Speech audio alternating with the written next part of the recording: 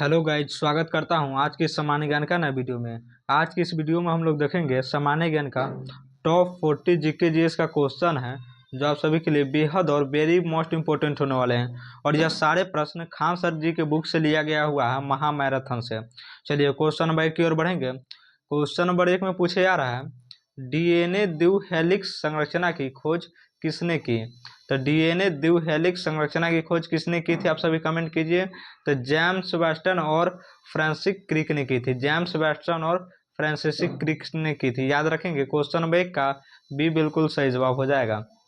चलिए question number 2 की ओर बढ़ेंगे। क्वेश्चन नंबर 2 में पूछे जा रहा है, प्रकाश वर्ष किसकी इकाई है? तो प्रकाश वर्ष जो है किसकी इकाई है? दूरी की। क्वेश्चन नंबर 2 का बी बिल्कुल सही जवाब हो जाएगा, दूरी की इकाई है। क्वेश्चन नंबर 2 का बी बिल्कुल सही जवाब हो जाएगा, दूरी। चलिए क्वेश्चन नंबर 3 की ओर बढ़ेंगे। क्वेश्चन नंबर 3 में पूछे जा रहा है, न्यूटन का तीसरा नियम किस सिद्धांत से संबंधित है? तो न्यूटन का जो तीसरा नियम है किस सिद्धांत से संबंधित है? तो क्रिया प्रतिक्रिया से संबंधित है। याद रखेंगे, क्रिया प्रतिक्रिया। क्वेश्चन नंबर 3 का सी बिल्कुल सही जवाब हो जाएगा, क्रिया प्रतिक्रिया से संबंधित है। चलिए क्वेश्चन नंबर 4 की ओर बढ़ेंगे। क्वेश्चन नंबर 4 में पूछे जा रहा है, मानव शरीर में सबसे बड़ी ग्रंथि कौन सी है? तो मानव शरीर की सबसे बड़ी ग्रंथि कौन सी है? यकृत है। याद रखेंगे, क्वेश्चन नंबर 4 का सी बिल्कुल सही जवाब हो जाएगा, यकृत।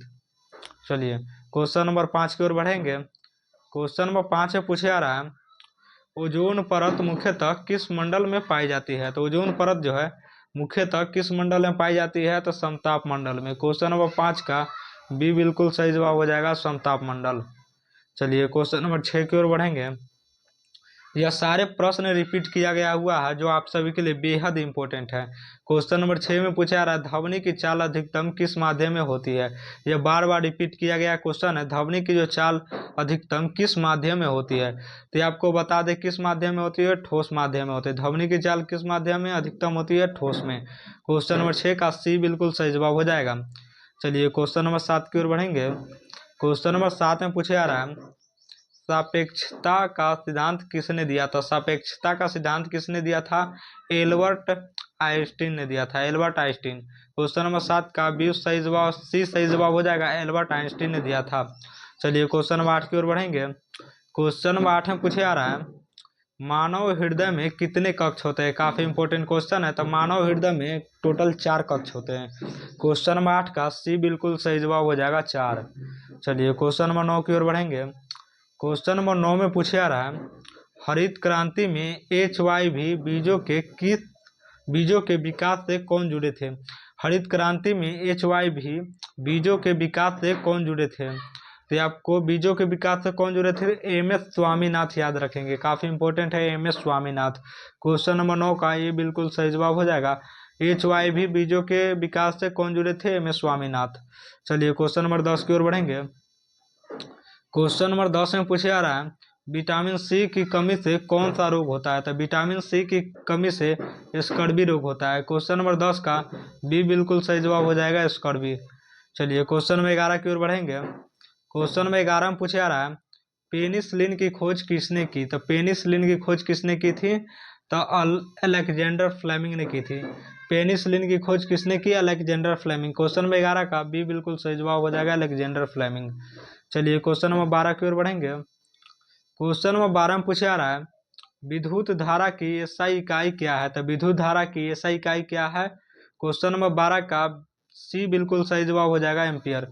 विद्युत धारा की एसआई इकाई क्या है? एम्पियर। क्वेश्चन नंबर 12 का सी बिल्कुल सही जवाब हो जाएगा। चलिए क्वेश्चन नंबर 13 की ओर बढ़ेंगे। क्वेश्चन नंबर 13 में पूछे आ रहा है, पृथ्वी का सबसे भीतरी भाग क्या कहलाता है? तो पृथ्वी का सबसे भीतरी भाग क्या कहलाता है? आंतरिक कोण कहलाता है। याद रखेंगे, क्वेश्चन नंबर 13 का डी बिल्कुल सही जवाब हो जाएगा, आंतरिक कोण। चलिए क्वेश्चन नंबर 14 की ओर बढ़ेंगे। क्वेश्चन नंबर 14 में पूछा रहा है, इंसुलिन किस अंग द्वारा स्रावित होता है? तो इंसुलिन जो है किस अंग द्वारा स्रावित होता है? तो अग्नाशय के द्वारा स्रावित होता है। क्वेश्चन नंबर 14 का बी बिल्कुल सही जवाब हो जाएगा, अग्नाशय। चलिए क्वेश्चन नंबर 15 की ओर बढ़ेंगे। क्वेश्चन नंबर 15 में पूछा आ रहा है, रक्त का लाल रंग किस कारण होता है? तो रक्त का लाल रंग जो होता है हीमोग्लोबिन के कारण होता है। क्वेश्चन नंबर 15 का बी बिल्कुल सही जवाब हो जाएगा, हीमोग्लोबिन। चलिए क्वेश्चन नंबर 16 की ओर बढ़ेंगे। क्वेश्चन नंबर 16 में पूछे जा रहा है रेड प्लैनेट किसे कहा जाता है। तो रेड प्लैनेट जो है मंगल ग्रह को कहा जाता है। लाल ग्रह किसे कहा जाता है, मंगल ग्रह को। क्वेश्चन नंबर 16 का बी बिल्कुल सही जवाब हो जाएगा, मंगल ग्रह। चलिए क्वेश्चन नंबर 17 की ओर बढ़ेंगे। क्वेश्चन नंबर 17 में पूछे जा रहा है सबसे कठोर प्राकृतिक पदार्थ कौन सा है। तो सबसे कठोर और प्राकृतिक पदार्थ की बात करेंगे तो हम सबसे कठोर और प्राकृतिक पदार्थ हीरा है। क्वेश्चन नंबर 17 का सी बिल्कुल सही जवाब हो जाएगा। चलिए क्वेश्चन नंबर 18 की ओर बढ़ेंगे। क्वेश्चन नंबर 18 में पूछा जा रहा है मानव में गुणसूत्रों की संख्या कितनी होती है। तो मानव में गुणसूत्रों की संख्या 46 होती है। मानव में गुणसूत्रों की संख्या कितनी होती है, 46 होती है। क्वेश्चन नंबर 18 का सी बिल्कुल सही जवाब हो जाएगा। युग्मक पूछेगा तो 23 टिक करेंगे और गुणसूत्रों की संख्या करेंगे तो 46। चलिए क्वेश्चन नंबर 19 की ओर बढ़ेंगे। क्वेश्चन नंबर 19 से पूछे जा रहा है बल की एसआई इकाई क्या है। तो बल की एसआई इकाई जो होती है क्या है, आप सभी कमेंट कीजिए। बल की एसआई इकाई न्यूटन होती है। बल का एसआई मात्रा क्या होता है, न्यूटन। क्वेश्चन नंबर 19 का बी बिल्कुल सही जवाब हो जाएगा। चलिए क्वेश्चन नंबर 20 की ओर बढ़ेंगे। क्वेश्चन नंबर 20 में पूछे जा रहा है सूर्य में ऊर्जा किस प्रक्रिया से उत्पन्न होती है। तो सूर्य में ऊर्जा जो होता है किस प्रक्रिया से उत्पन्न होती है, नाभिकीय संलयन से उत्पन्न होती है। क्वेश्चन नंबर 20 का बी बिल्कुल सही जवाब हो जाएगा, नाभिकीय संलयन से। चलिए क्वेश्चन नंबर 21 की ओर बढ़ेंगे। क्वेश्चन नंबर 21 में पूछा जा रहा है भारतीय संविधान के निर्माण में प्रारूप समिति के अध्यक्ष कौन थे। तो भारतीय संविधान के निर्माण में प्रारूप समिति के अध्यक्ष कौन थे, तो BR भीमराव अंबेडकर। याद रखेंगे भारतीय संविधान के निर्माण में प्रारूप समिति के अध्यक्ष कौन थे, भीमराव अंबेडकर। क्वेश्चन नंबर 21 का ये बिल्कुल सही जवाब हो जाएगा। चलिए क्वेश्चन नंबर 22 की ओर बढ़ेंगे। क्वेश्चन नंबर 22 में पूछे जा रहा है चंपारण सत्याग्रह का नेतृत्व किसने किया था। चंपारण सत्याग्रह का नेतृत्व किसने किया था, महात्मा गांधी ने। क्वेश्चन नंबर 22 का बी बिल्कुल सही जवाब हो जाएगा, महात्मा गांधी। चलिए क्वेश्चन नंबर 23 की ओर बढ़ेंगे। क्वेश्चन नंबर 23 से पूछा जा रहा है बिहार का विभाजन कर झारखंड राज्य कब बना। तो बिहार का विभाजन कर झारखंड राज्य कब बना था, तो ये आपको बता दें सन 2000 में। बिहार का विभाजन कर झारखंड राज्य कब बना, तो सन 2000 में। क्वेश्चन नंबर 23 का सी बिल्कुल सही जवाब हो जाएगा, सन 2000। चलिए क्वेश्चन नंबर 24 की ओर बढ़ेंगे। क्वेश्चन नंबर 24 से पूछे जा रहा है नालंदा विश्वविद्यालय किस काल में प्रसिद्ध था। तो नालंदा विश्वविद्यालय जो है आपको गुप्त काल में प्रसिद्ध था, इतना याद रखना है। नालंदा विश्वविद्यालय किस काल में प्रसिद्ध था, गुप्त काल में। क्वेश्चन नंबर 24 का बी बिल्कुल सही जवाब हो जाएगा। चलिए क्वेश्चन नंबर 25 की ओर बढ़ेंगे। क्वेश्चन नंबर 25 से पूछे जा रहा है दांडी मार्च कब प्रारंभ हुआ था। दांडी मार्च जो है आपको सन 1930 में प्रारंभ हुआ था। क्वेश्चन नंबर 25 का बी बिल्कुल सही जवाब हो जाएगा। चलिए क्वेश्चन नंबर 26 की ओर बढ़ेंगे। क्वेश्चन नंबर 26 में पूछा जा रहा है बिहार में बोधगया किस धर्म से संबंधित है। तो बिहार में बोधगया जो है किस धर्म से संबंधित है, बौद्ध से। क्वेश्चन नंबर 26 का बी बिल्कुल सही जवाब हो जाएगा, बौद्ध। चलिए क्वेश्चन नंबर 27 की ओर बढ़ेंगे। क्वेश्चन नंबर 27 से पूछा जा रहा है मगध साम्राज्य की पहली राजधानी क्या थी। तो मगध साम्राज्य की पहली राजधानी क्या थी, राजगिरी थी। मगध साम्राज्य की पहली राजधानी क्या थी, राजगिरी। क्वेश्चन नंबर 27 का भी बिल्कुल सही जवाब हो जाएगा। चलिए क्वेश्चन नंबर 28 की ओर बढ़ेंगे। क्वेश्चन नंबर 28 से पूछा जा रहा है भारत का सबसे लंबा नदी पुल महात्मा गांधी सेतु किस नदी पर है। भारत का सबसे लंबा नदी पुल महात्मा गांधी सेतु किस नदी पर है, तो ये आपको गंगा नदी पर है। भारत का सबसे लंबी नदी पुल महात्मा गांधी किस नदी पर है, गंगा। क्वेश्चन नंबर 28 का सी बिल्कुल सही जवाब हो जाएगा। चलिए क्वेश्चन नंबर 29 की ओर बढ़ेंगे। क्वेश्चन नंबर 29 से पूछा जा रहा है जालियांवाला बाग हत्याकांड किस शहर में हुआ। तो जालियांवाला बाग हत्याकांड आपको अमृतसर में हुआ। क्वेश्चन नंबर 29 का सी बिल्कुल सही जवाब हो जाएगा। चलिए क्वेश्चन नंबर 30 की ओर बढ़ेंगे। क्वेश्चन नंबर 30 में पूछे जा रहा है संयुक्त राष्ट्र संघ यूएनओ की स्थापना कब हुई। तो संयुक्त राष्ट्र संघ यूएनओ की स्थापना आपको कब हुई, सन 1945 में। संयुक्त राष्ट्र संघ यूएनओ की स्थापना कब हुई, 1945। क्वेश्चन नंबर 30 का बी बिल्कुल सही जवाब हो जाएगा। चलिए क्वेश्चन नंबर 31 की ओर बढ़ेंगे। क्वेश्चन नंबर 31 से पूछे जा रहा है बिहार का सबसे बड़ा जिला क्षेत्रफल के अनुसार कौन सा है। तो बिहार का सबसे बड़ा क्षेत्रफल के अनुसार आपको पश्चिमी चंपारण है। क्वेश्चन नंबर 31 का सी बिल्कुल सही जवाब हो जाएगा, पश्चिमी चंपारण। चलिए क्वेश्चन नंबर 32 की ओर बढ़ेंगे। क्वेश्चन नंबर 32 से पूछा जा रहा है भारत छोड़ो आंदोलन किस वर्ष हुआ था। भारत छोड़ो आंदोलन आपको किस वर्ष हुआ, सन 1942 में हुआ था। भारत छोड़ो आंदोलन कब हुआ? 1942। क्वेश्चन नंबर 32 का सी बिल्कुल सही जवाब हो जाएगा 1942 में, याद रखेंगे 1942 में हुआ था। चलिए क्वेश्चन नंबर 33 की ओर बढ़ेंगे।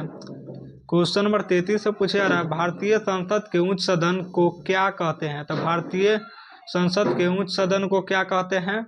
राज्यसभा कहते हैं। क्वेश्चन नंबर 33 का बी बिल्कुल सही जवाब हो जाएगा राज्यसभा।